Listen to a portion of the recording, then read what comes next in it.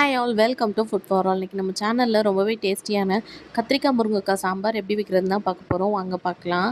First அதுக்கு ஒரு குக்கரில் ஒரு 200 கிராம் பருப்பை ஒரு 10 நிமிஷத்துக்கு ஊற வச்சு நல்லா கழுவி சேர்த்துருக்கேன்.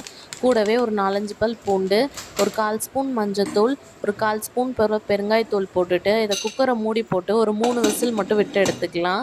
பருப்பு நல்லா குழஞ்சிருந்தால் தான் இந்த சாம்பார் டேஸ்ட்டாக இருக்கும். இப்போது சாம்பாருக்கு தாளிக்கிறதுக்கு ஒரு கடாயில் கொஞ்சமாக எண்ணெய் விட்டுட்டு எண்ணெய் நல்லா சூடானதும் கடுகு சீரகம் தாளிச்சிக்கலாம். நீங்கள் கடைசியாக தாளிக்கணுன்னா கூட தாளிச்சிக்கலாம். நம்ம சீரகம் தாளிச்சிட்டு ஒரு கைப்பிடி அளவு சின்ன வெங்காயம், கூடவே ஒரு 2 பழுத்த தக்காளி வெட்டி வச்சுருக்கேன், அதையும் சேர்த்து நல்லா வதக்கிக்கலாம். இப்போது ஒரு முருங்கைக்காவை நல்லா பீஸாக கட் பண்ணி அதையும் சேர்த்து லைட்டாக எண்ணெயில் வதக்கிக்கோங்க. கொஞ்சம் காய்கறியை எண்ணெயில் வதக்கி பண்ணும்போது சாம்பார் நல்லா டேஸ்ட்டாக இருக்கும். நான் இன்றைக்கி 2 கத்திரிக்காய் எடுத்திருக்கேன், அதையும் லைட்டாக எண்ணெயில் வதக்கிக்கலாம். இப்போது லைட்டாக ஒரு 1/4 டம்ளர் போல் தண்ணி ஊற்றிட்டு காய்க்கு தேவையான உப்பு மட்டும் சேர்த்துட்டு மூடி போட்டு ஒரு 10 நிமிஷத்துக்கு வேக வச்சிடலாம்.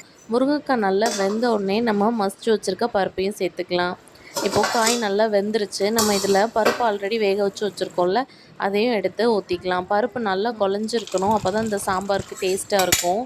பருப்பையும் சேர்த்துட்டு நம்ம ஒரு 2 ஸ்பூன் போல் சாம்பார் பொடி சேர்த்துக்கலாம். இந்த ஸ்டேஜில் தேவையான அளவு உப்பு பார்த்து சேர்த்துக்கோங்க.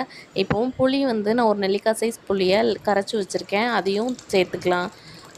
சாம்பார் நல்லா கொதித்ததுக்கப்புறமா புளி ஊற்றிட்டு புளி ஊற்றுனதுக்கப்புறமா ஒரு 5 நிமிஷம் மட்டும் கொதிக்க விட்டால் போதும். சாம்பார் நல்லா கொதிச்சிருச்சு. இப்போ ஒரு கைப்பிடி அளவு கொத்தமல்லியை தூவி சாம்பாரை இறக்கிடலாம். சூப்பர் டேஸ்டியான கத்திரிக்காய் முருங்கைக்காய் சாம்பார் ரெடி. இதில் நீங்கள் மாங்காய் கிடைச்சா கூட போட்டுக்கலாம். எப்படி இருக்குன்னு செஞ்சு பார்த்துட்டு மறக்காமல் கமெண்ட்ஸில் சொல்லுங்கள். நம்ம சேனலை மறக்காமல் சப்ஸ்கிரைப் பண்ணிக்கோங்க. உங்களை இன்னொரு வீடியோவில் பார்க்குறேன். பாய்.